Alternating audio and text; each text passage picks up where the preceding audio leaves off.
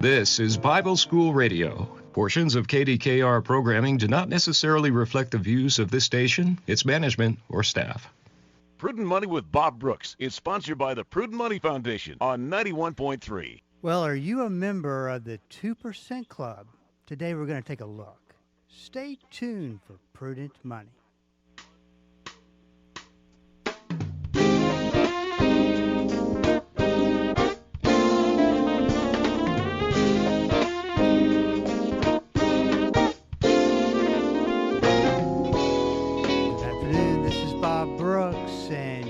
Listening to the Prudent Money Radio Show. Thanks so much for joining me today. You know I do appreciate it.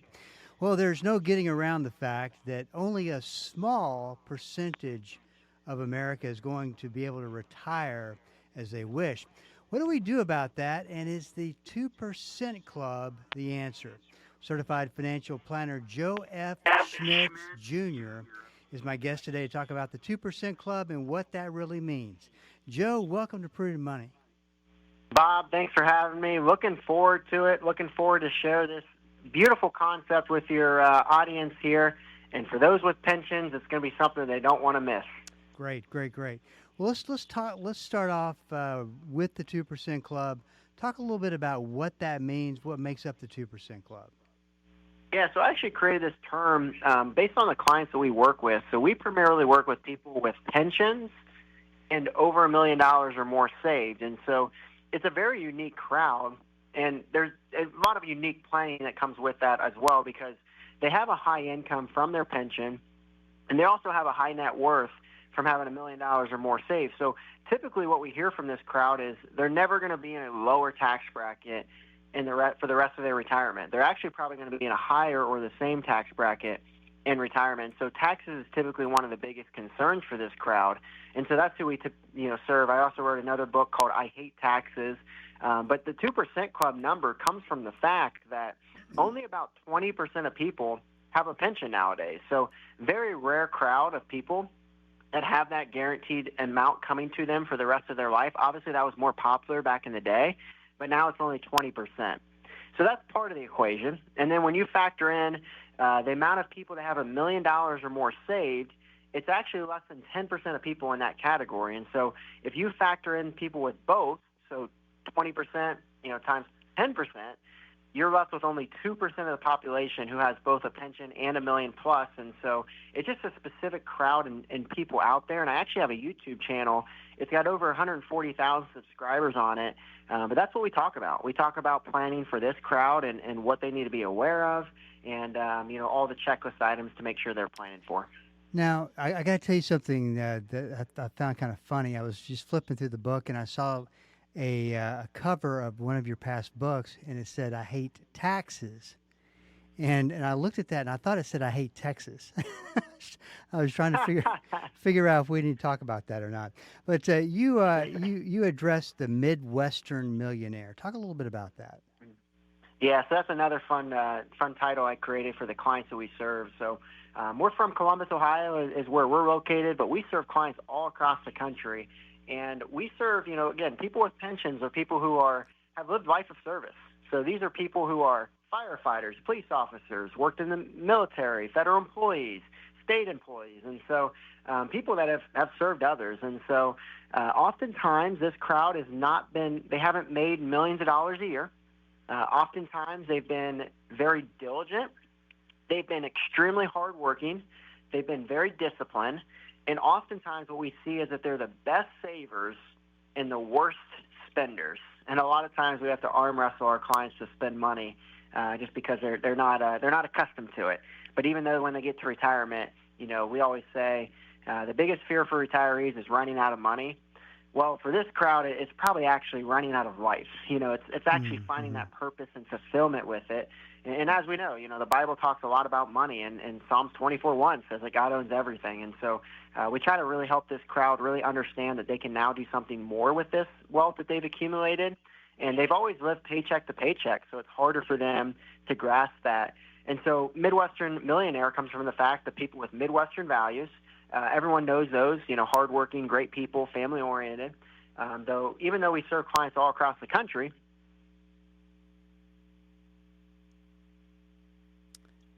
Joe, are you still there? Yeah, can you hear me all right? Okay, yeah, I can hear you. I know something happened there. Go ahead. Go ahead. Yeah, so for our clients down in Florida or Texas or down south, maybe we have to call it the middle class millionaire since they're technically not in the Midwest. But we've got some clients out west too who call themselves the Midwestern millionaire, but they put the mid in parentheses. So regardless of the demographic, it's more of the traits and the values is what we see there. But these people have a great retirement to look forward to if they've done the right work up to this point. So let me ask you this.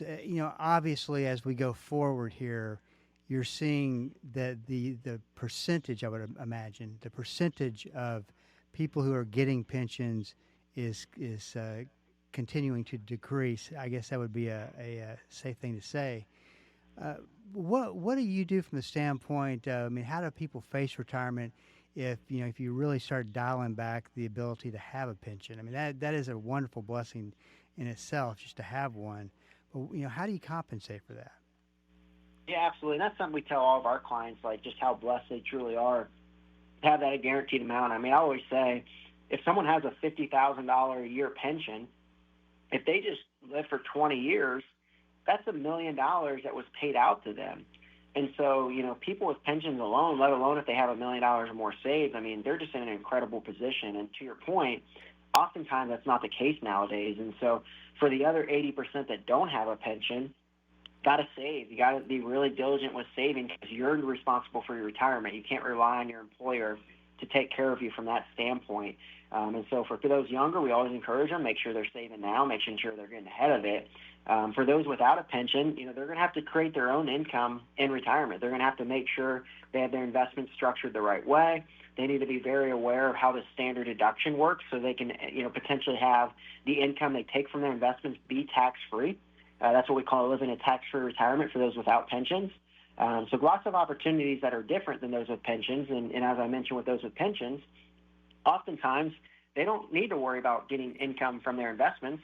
So they may want to actually take more risk with that money. They may want to, seek more growth as something that they could realistically do, or look to give more away or gift more away, or maybe to spend more than what they were planning for. So lots of differences between the two for sure. I think that's one reason why people reach out to us specifically with this pension niche is just the fact that this is who we serve, this is what we do, which makes it a lot of fun and enjoyable. So tell me this, Joe. If you don't have a corporate pension, and you have to, kind of build up your own sources of income for down the road, how do you really get that balance of what needs to come from a goal to get the income produced versus, taking money out of growth investments, as an example? Yeah, absolutely. So obviously clients are, that we work with, we always want to make sure they have a portion protected that they're going to need for income. The last thing you want to do is something called sequence of returns risk. And that's when you take out money from your investments when the market's down. And that can cause you to lose quite a bit of value. And I always think of it as a double loss. The first loss is the market down. And then that may not affect you while you're working. But now when you have to take out income, you now have a second loss to factor in. And that's from withdrawing from the investments. And so when you have both of those losses happen, then it may take a little longer for it to come back up, or maybe it won't come back up. And so that's why positioning of the investments is so important, not only from a tax standpoint, but just to ensure that you are actually protecting the money that you're going to need in the next, especially 5 to 10 years, depending on how conservative someone wants to be, is very, very important. And then just understand the tax impact. Do we want to take out from a Roth IRA? Do we want to take out from a traditional? Do we want to take out from the brokerage? Something we see often with people that we work with when they first come to us, many of them have never started a Roth IRA. They never had a Roth IRA.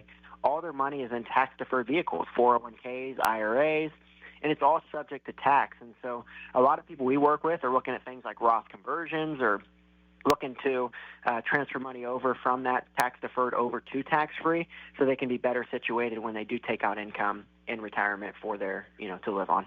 This is Bob Brooks, and you are listening to the Prudent Money Radio Show. Thank you so much for joining me today. I do appreciate it. Talking to Joe Schmitz about a book that he's written called The 2% Club, and what makes that up, and there's some great advice as far as how to get that set up. With the say that someone's listening, they say, I really want to be a part of that club in the future, and that's my goal. What habits do people who have successfully hit that mark? I mean, what do they have that other people don't have? I hope that makes sense. They are. Yeah, that's a great question, and I actually just I've got a YouTube video coming out here soon on the 100 things that Midwestern millionaires do, and it involves a lot of sacrifice, and it involves a lot of people being frugal. And so if you asked all of our clients what it took to get to this point, they would tell you, well, we just did what we were supposed to do. We saved, we avoid high interest debt, we did all the things we're supposed to. It's pretty simple. And so I think a lot of people are always looking for quick fixes, like how do I get $1 million to save for retirement? Well, you can't just invest in one thing and get it tomorrow. It's got to take time. You've got to make sure you're being disciplined. It's kind of like when people say, hey, I want to grow in my faith. What should I do? What should I do outside of reading the Bible, praying, going to church? Like, what should I do? Well, that's what they should be doing. It's just the foundational things. We don't need to make it, anything unique or special. It's just do the things that works, and that's where you're going to get to where you are. And anyone you ask that's done successfully financially, they just follow the simple foundational financial strategies to get there. So nothing complex. It's just being disciplined, saving, living on less than you make, and making sure you're putting it away. You talk a lot in the book about the 5 pillars of pension planning, and you start with taxes. No one likes to pay them, of course. What are you trying to accomplish in the book within this first pillar and trying to convey to people as you talk to about the 2% Club? Yeah, so obviously those with pensions, they're really worried about taxes. I mean, that's their biggest concern day after day when we see people reach out to us. That's consistently what they're saying is, I'm afraid I'm going to pay way more in taxes than I need to. And so we always have a saying that, we want to pay our fair share, but we don't want to pay a penny more. We want to make sure that we're not, being foolish with how we're paying our taxes. And so, things like Roth conversions are very, very important for this crowd to look into. I would probably say that the majority of our clients, not all of them, but many of them are looking at doing Roth conversions right now. And that's something I think this crowd should specifically look at. So anyone with $1 million or more specifically, definitely something that could be valuable for their plan depending on their situation. So that's a big one. That's also very important when it comes to income planning and how you're going to take withdrawals from your investments. A big thing that a lot of people are worried about is that required minimum distribution that's required at either age 73 or 75. And so we oftentimes want to see people planning ahead for that. And so if someone were to do a Roth conversion and move money from that, IRA to that Roth IRA, then now when they get to that RMD age, their RMD is going to be lesser because there is no RMD on a Roth. So lots of things to unpack there, but some great things to think about. Let's talk a little bit about the Roth conversions because there's a lot to like about a Roth IRA from a tax standpoint.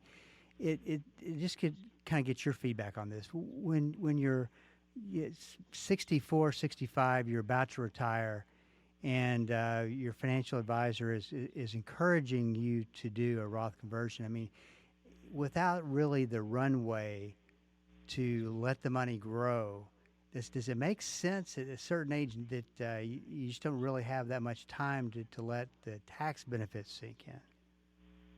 Yeah, so that's actually a myth, and I'll actually be glad to express that further for the listeners, for them to understand how that actually works, and that's not actually a concern of the tax-free growth of, you're going to miss out on it. And I've got a really good example to show that. And this is something we're seeing a lot of advisors are actually not telling their clients to do Roth conversions, or they're just not even bringing it up. I mean, we have an endless amount of people who want to work with us because they can't find someone that does this level of planning.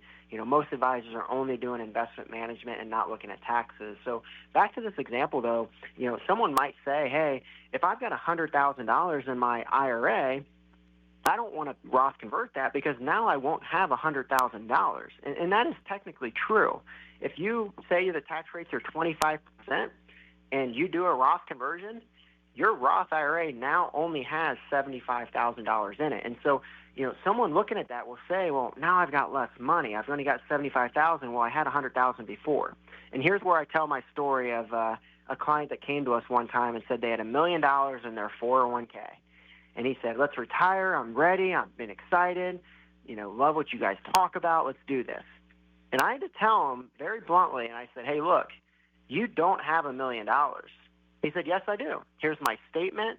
Here's my name, $1 million. And I said, you're missing a name next to yours. And, of course, that's Uncle Sam, because that $1 million is not all his. It has to factor in taxes coming out as well. And we don't know what tax rates will be in the future because Uncle Sam has the pencil, and tax rates are written in pencil, and we don't have control over what that can change to or what that can be. But a lot of people suggest that tax rates will potentially be higher in the future. So back to my example there is, even though the Roth has $75,000, it still has the same purchasing power as that IRA. And so you're actually not losing any value. And if you do the math of what the value would be in 10 years if these investments were to double, your IRA could have $200,000, right, if it goes from $100,000 to $200,000. Well, your Roth would go from $75,000 to $150,000. But, again, future tax rates. And so if we expect tax rates to go up, and let's say instead of 25%, it now goes up to 30%, well, now our $200,000 is technically only worth $140,000. I'd rather have the Roth with $150,000 than the IRA with $140,000. And so that's where the growth doesn't matter, because you're going to see the growth in each. It's more about when you decide to pay that taxes. And we always tell people, when it comes to Roth, you really only want to do Roth at a time when you're going to expect your tax rate now to be lower than what it could be at a future point. And so if someone's listening to this and they say, hey, my income's going to go way down in retirement, I don't have as much saved in tax-deferred investments, I don't have a pension, that person may not need to do a Roth conversion. We always say, if someone has less than $500,000 saved and no Roth or no pension, they may not need to do a Roth conversion, or maybe just small ones to really make sure they can maximize because of that standard deduction that everyone has. It's so generous right now. So that's how we like to think of that concept with the Roth. You mentioned the RMD planning. Talk a little bit about some ideas, some things to consider that you can do with that RMD besides just, put it in the bank account once you take it out. Yeah, absolutely. I mean, most of the people we work with are in their 50s and 60s, so we're trying to plan ahead of those RMDs before that time comes. But if someone is, 70 and a half or older, something they can start doing is what's called a qualified charitable distribution, and that's giving money from the IRA to a charity tax-free. And then once they do reach 73 or 75 for that required minimum distribution, depending on their age, that's when they can actually start to take out less from their RMD if they're going to do this QCD idea. And so, for example, if someone has a $40,000 RMD and they want to give $5,000 to their church, well, now they're only required to take out $35,000 from that investment. So it can be a great saver from a tax standpoint. We highly recommend people to look into that option. Is one thing they can do. And then the Roth conversions that I've been talking about, great way to lower the RMDs, because if the money's in a Roth, there is no required minimum distribution at that future point. They can let that money continue growing tax-free, and now they have less in their tax-deferred that's going to be subject to those required minimum distributions. One other thing that you write about in the book is donor-advised funds. Great concept. I don't really think people have a real good idea how it works. Talk a little bit about that. Absolutely. This is something that, anyone who's under that 70 and a half age, typically for our clients 70 and a half or older, we're looking at doing qualified charitable distributions. But if someone's under 70 and a half, then they should seriously look at doing a donor advised fund if they have at least $5,000 that they're giving to a charity every single year. And the reason why I say $5,000 is because that's when you can start to see significant savings from a tax standpoint on your charitable gifting. So let's just use an example. Let's say that someone is 60 years old. Let's say they give $10,000 to their charity each year. Well, in that amount of time from 60 to 70, they're going to give about $100,000 to the charity. If they have the ability, maybe they have an extra $100,000 in their bank accounts. Maybe they have a brokerage account that has a lot of capital gains in there that they want to move over to this donor advised fund. If they do that, they actually get all that appreciation, all that growth tax-free. And now they can also itemize their deductions. So they can now, instead of taking the standard deduction, itemize their deductions, which in most other years they couldn't take the standard deduction. So this is a really good addition for them to look at. So highly recommend for someone to look into that. There's obviously a lot more detail that goes into it to make sure they're truly doing it the right way. But anyone that's charitable-minded, given $5,000 or more, should definitely look into that strategy. Let's talk a little bit about the scenario, and I'm sure that y'all come up against this, that someone who fits the qualifications of a 2% club and is thinking about retiring and is faced with the situation of, do I take the pension as income or do I take it in a lump sum? Sometimes it makes sense. Sometimes, most of the time, it probably doesn't. But what do y'all evaluate in that scenario? Yeah, absolutely. We have actually proprietary pension software we created because, obviously our clients are in this category. And so we have to be very specific about ensuring they're making the right decision because this is an irreversible decision. Once this decision's made, you can't change it. So this is something we're running a lot of numbers and scenarios, not only on the lump sum option, but also on the survivorship option of should they do 100% joint survivor? Should they do 50%? Should they do none? Those are all factors we're considering the cost of it as well. I will tell you, I would actually say that the lump sum, a lot more people are considering that nowadays. Obviously it's dependent on interest rates of how attractive that will be at certain times. So it depends on when someone's going to retire. But they have made those pretty attractive. And a lot of people like the idea of taking the lump sum to make sure that money's in their pocket if something were to happen to them. If they were to take the pension, the monthly payout on that, and if they passed away the next day, then that lump sum would still be able to go to their loved ones. And, if they didn't elect that, it would pretty much be wasted unless they selected a survivorship option. So a lot of people like that flexibility. Also, if that lump sum is generous that the company will give them, which we see pretty often, oftentimes if you really want that guaranteed income for the rest of their life, there's other options to produce the same or even more with other vehicles out there as well. So definitely important to run their numbers on that. We never want to see someone make a decision just because of emotions or feel. We want to see the math behind it before we actually make that decision and truly make sure it's a good decision knowing that that's irreversible. You were talking about Social Security and talking a little bit about taxes. I think it's a subject that a lot of people don't really have a good understanding of as far as how does Social Security work when it comes down to taxes. Talk a little bit about that. Yeah, absolutely. So it's going to depend on where someone sits. So with people with pensions, as we've been talking today, they are likely going to have the majority of their Social Security be taxable. It's something called the Social Security tax torpedo. I write about this pretty often. But, that's where you could force the majority of your Social Security to count as income. And now you're going to have to pay more taxes on the Social Security amount that you're supposed to get. Now, people without a pension have a really good opportunity to potentially have their Social Security be tax-free. And so that's by keeping your income low. And so we've seen people out there that have even $1 million or more saved, but still are able to keep their Social Security tax-free. And that's by, pulling out from a Roth, which doesn't count towards the Social Security taxation limit, by making sure you're really strategic and staying under the standard deduction. So we always want people to be really careful of how they're planning on Social Security, but also when to take it. Should they take it at 62? Should they take it at 70? We tell our clients to take it every year. It just depends on their situation. And we always tell them, tell me when you think you're going to die, and we'll tell you when to take it. That's when you truly know. But obviously we don't know that, so we have to make wise decisions. But something for people to think about, and again, this isn't me recommending this, just something to think about, is potentially looking at 70. If you wait till age 70 to take it, then you can get a guaranteed higher amount moving forward.